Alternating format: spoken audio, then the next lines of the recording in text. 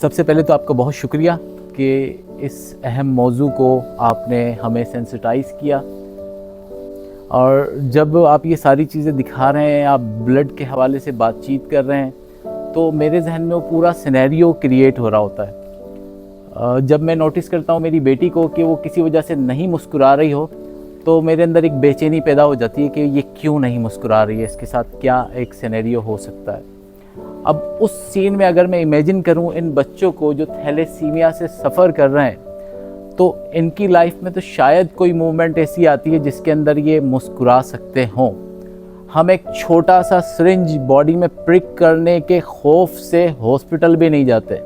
हम अपने बच्चों को डराते हैं कि अगर आप ये नहीं मानेंगे तो आपको इंजेक्शन लग सकता है, और उस डर की वजह से बच्चा हमारी बात मान लेता है।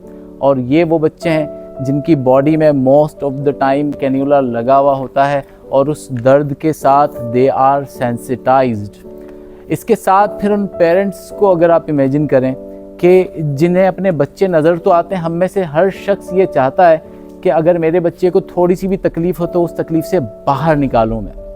और ये पेरेंट्स पूरी तरह से हेल्पलेस होते हैं, क्योंकि इनके पास कोई ऐसा तरीक़ाकार मौजूद नहीं है जिससे इन्हें कोई ये गारंटी दे दे कि इनका ये बच्चा इस बीमारी से बाहर आ सकता है।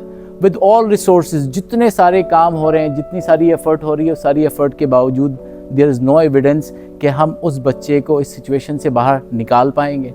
दैट इज़ वाई सर ने जेनेटिक काउंसलिंग की बात की। आप सब लोग साइकोलॉजिस्ट बनने जा रहे हैं। ये जो सब्जेक्ट है मेनली हेल्थ साइकोलॉजी से रिलेटेड है।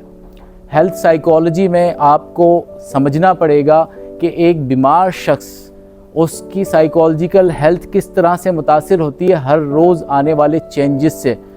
डिस्ट्रेस में जो हेल्थ है ना इंसान की, वो सबसे बड़ा डिस्ट्रेस है। उस हेल्थ के बाद दूसरा डिस्ट्रेस है फाइनेंस, और ये दोनों उसको मेजरली फेस कर रहे हैं। पूरी की पूरी फैमिली उसको मेजरली फेस करिए।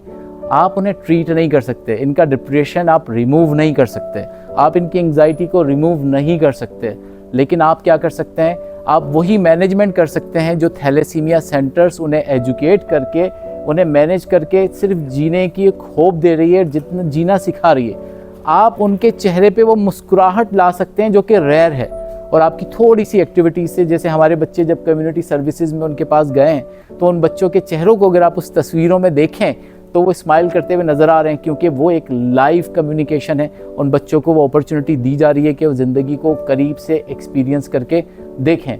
इसी तरह से उन पेरेंट्स के साथ भी रियलिस्टिक एक्सपेक्टेशंस को बिल्ड करना थेरेपी है। हमारे लिए जो सबसे पहला रोल है वो यही है कि हम उन्हें रियल वर्ल्ड में लेकर आएँ, ना कि क्योंकि वो तो ख्वाबों की दुनिया में रहना चाहते हैं कि कुछ भी करके बचा लिया जाए, और हम अगर उनके साथ उसी थीम में चले जाएं तो हम फॉल्स होप क्रिएट कर रहे हैं जो कि फर्दर ख़राबी के सिवा कुछ और पैदा नहीं करती। तो हमें इन चीज़ों को बहुत डिटेल में पढ़ने की ज़रूरत है। आप में से जो भी MS कर रहे हैं, तो आप इस तरह के बच्चों को ज़रूर कंसिडरेशन में रखें, इनके पेरेंट्स को कंसिडरेशन में रखें। कोई भी ऐसा एस्पेक्ट आप देखें, ट्रीटमेंट एडहेरेंस सबसे बुनियादी चीज़ है। मैंने कहा कि पैसे ना होने की वजह से वो 6000 का जो टूल है वो बेच रहे हैं, वो ये समझ ही नहीं रहे कि ट्रीटमेंट एडहेरेंस से कोई ना कोई बेहतरी आ सकती है। तो ये हमारा काम है कि अगर हम उन्हें इंगेज करेंगे तो हम उन्हें ट्रीटमेंट एडहेरेंस की तरफ लेकर आएँ, हम उन्हें स्ट्रेस को, डिस्ट्रेस को मैनेज करना सिखा दें, हम उन्हें रियलिस्टिक एक्सपेक्टेशंस की तरफ लेकर आएँ। इस बात के साथ मैं कंक्लूड करूँगा इस पूरे सेशन को कि सर ने जिस तरह से हमें अवेयर किया और जिस तरह का पूरा सिनेरियो ही दिखाया, air vice marshal sir Aftab Hussain का मैं दिल से बहुत शुक्रिया अदा करता हूँ। इसके साथ साथ प्रोफेसर काजी साहब का बहुत बहुत शुक्रिया करता हूँ। डॉक्टर आफ्ताब, डॉक्टर समीना और मेरी तमाम फैकल्टी और तमाम स्टूडेंट्स, आप लोगों का यहाँ आना बैठना ये बहुत बड़ा काम है।